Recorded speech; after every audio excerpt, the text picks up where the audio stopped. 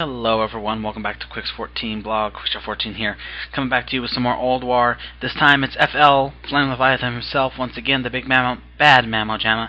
This time not with 1 tower up, not with 0 towers up, but 2 towers up. This was a lot of fun and something we were looking forward to. So the tower we have up here is the Tower of Ulduar, which is the tower that's just across the bridgeway near the repair pads here where Flame Leviathan is. The strategy hasn't changed that much, really, from our old school ones. We're still stacking pyrite up, we're still shooting it down as quick as we can. As you can notice, there are some extra beams of light there besides your usual ones that you're seeing now, and those are your lights of Ulduar. Basically they randomly pick targets or certain areas, and they're gonna try to zoom in on one, and they're gonna shoot down a lot like the other ones, or chase you, one of the two. And when they shoot down, if you're in it, like you saw that go down there just a second ago, if you were on that target, you would get frozen, put in an ice block, and then the only way to unfreeze you is for DPS to shoot you. It's very simple how to stay away from them.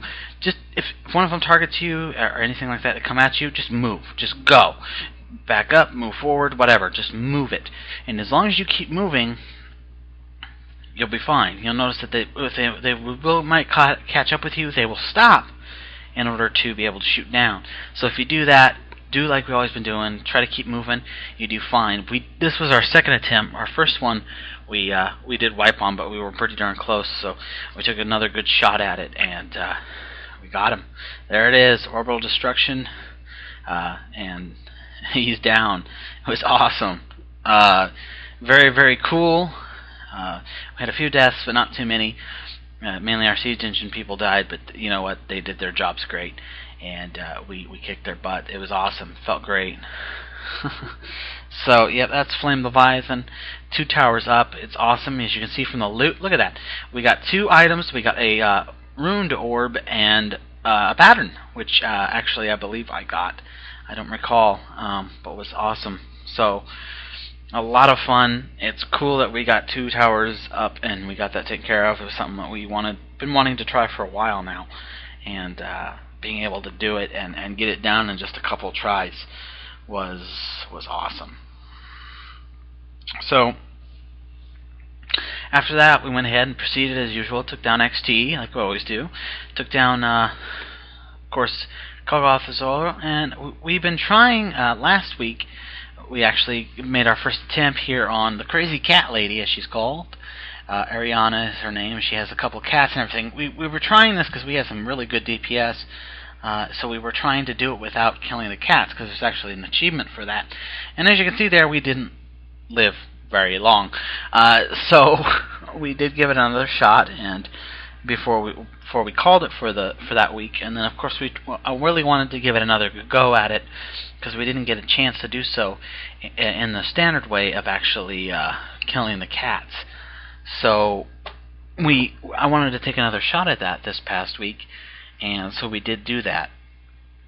The 2 cats that accompany her have a buff that they share between each other, which increases their damage like 300%. So if you're not a plate wearer, or the tank basically, and you get pounced on, you're dead, pretty much. So it's pretty important to either keep those cats controlled and on a certain target, or just kill them. In this case, we were trying to actually, like I said, down her with leaving the cats alone. And then there's a whole bunch of these ad cats she spawns. And yeah, it was a mess. It was our first time doing it. It did not go well.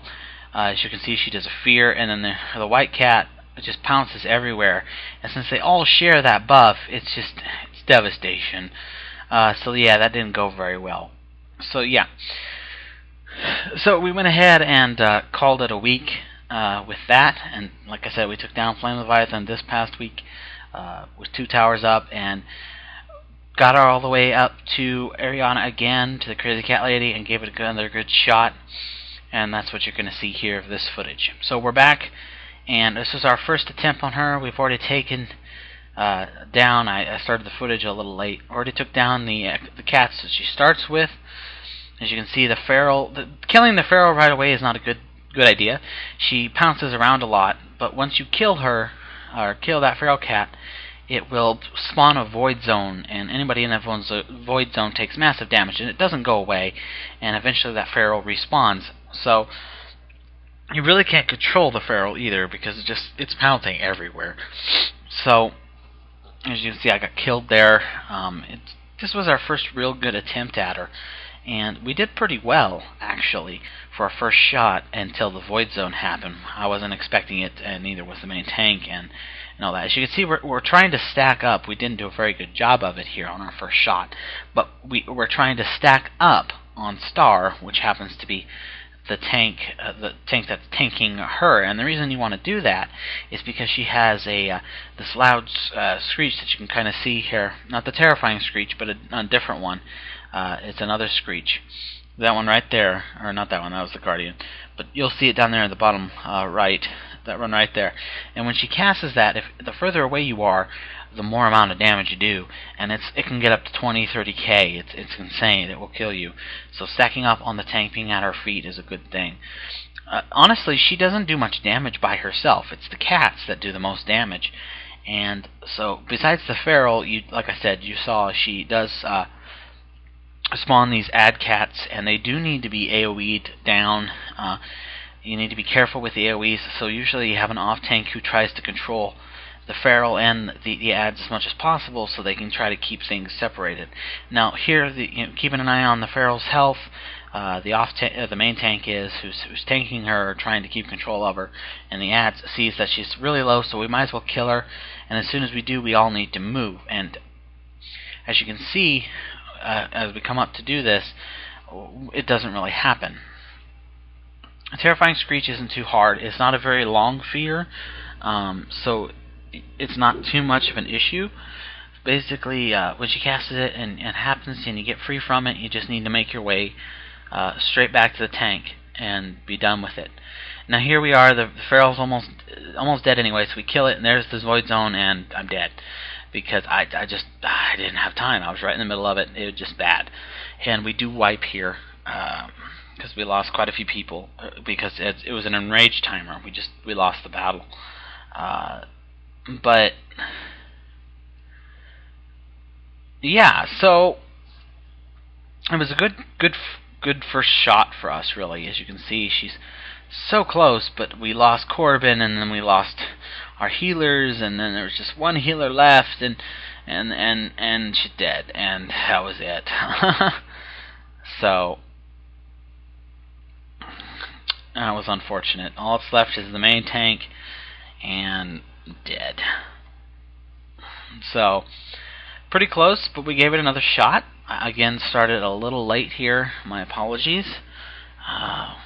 And kicked some serious butt here. This one went much better now that we knew about the void zone, and we knew to stack on our off tank much better, because you really got to stack, because it'll do less damage on the pounces, because the distance you are from the pounce, it increases the damage. She does at least 5k of damage anyway each time she pounces, and the further away you are distance wise, you can add another 5k to that. So if you're so many meters away, you're going to get so much damage.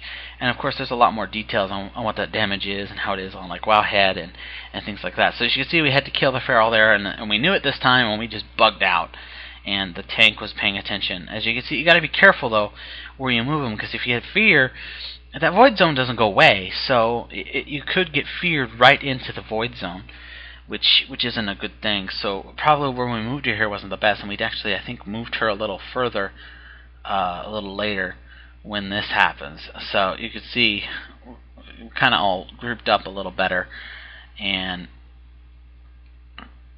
it just worked out much better, and we just kicked her butt. It felt so good to beat the crazy cat lady and everything. This was the end of our official run. As those who know the guild and everything, we have official runs, and then we have unofficial runs. And this was the end of our official run, and they continued on with an unofficial run and actually took down Razor Scale, and then later on tried their hand at Hodir. So we are definitely progressing. This is good news. This is going to be it for a while. I'm going on a trip for Christmas to my parents, so there won't be too much in the way of the blog coming up for at least a week. No LPs, no WoW, no nothing really. So I wanted to make sure I got this up to you guys. We won't be running any official raids up until after the new year. So I hope you all have a great holiday and enjoy your time. And I'll be back later with a lot more content. So please rate, comment, and subscribe.